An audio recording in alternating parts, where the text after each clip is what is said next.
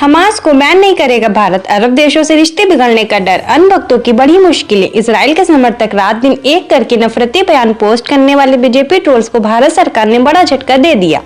ये पूरा मामला जानकर आपको भी अन्य भक्तों के लिए वो वायरल मीम याद आ जाएगा जिसमें कहा जाता है ये दुख काहे खत्म नहीं होता।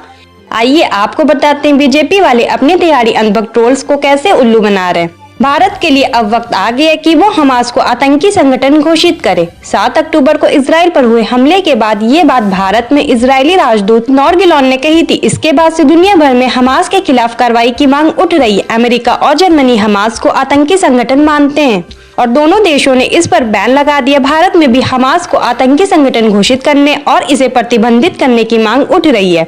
इस पर भारत का कहना है कि वे अभी हमास का बैन नहीं करेंगे। गृह मंत्रालय के सूत्रों ने भारत के इस कदम की वजह दैनिक भास्कर को बताई। सूत्रों का कहना है कि फिलहाल भारत में हमारा सक्रिय नहीं है, इसलिए उसे बैन करने का सवाल ही नहीं उठता। अगर सरकार ऐसा करेगी तो इससे अरब देशों के साथ भारत के रिश्ते बिगड़ सकते हैं। किसी भी संगठन को बैन करने का फैसला गृह मंत्रालय UAPA कानून के तहत लेता है। इसके पीछे कहीं न कहीं अरब देशों से मामला बिगड़ने का डर है, क्योंकि मिडल ईस्ट के 22 देशों अरब देश में से सऊदी अरब, UAE और इराक भारत के बड़े तेल आपूर्ति करता है। खाली सहयोग परिषद यानी GCC, जिसमें कुवैत, कतर, सऊदी अरब, बहरीन, ओमान, UAE उसके साथ शामिल है। उसके साथ 2020 और 2021 में भारत ने $90 अरब का व्यापार किया था। इसके अलावा भारत को फॉरेन रिजर्व का एक बड़ा हिस्सा यहीं से मिलता है। इस खबर से सोशल मीडिया पर तहलका मच गया है। वहीं बीजेपी ट्रोल्स बुरी तरह बेइज्जत हो रहे हैं। वरिष्ठ पत्रकार वसीम अकरम त्यागी ने लिखा, हमास के नाम पर भाजपा के कई नेता वोट मांग चुके हैं।